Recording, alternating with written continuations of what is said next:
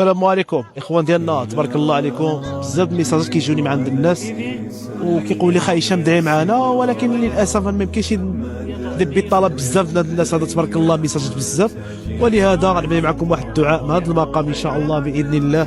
سر الله يسهل عليكم في هذه الايام المباركه، والله يفتح لكم ابواب الخير، واللي ببالو شي حاجه الله يحقق له، الحلم ديالو في شي حاجه ببالو الله يحقق له. اي حاجه كتضم لك في عقلك وتمنيتيها كنطلب من الله عز وجل يحقق لك من هذا المقام ان شاء الله باذن الله. واي واحد توفى له الاب ديالو الله يرحمه برحمه الله، واي واحد توفات له الام ديالو الله يرحمه ويدخلها الرحمه والمغفره، والله يزول لكم البلاء، والله يبعد لكم اي حاجه قبيحه من الطريق ان شاء الله باذن الله.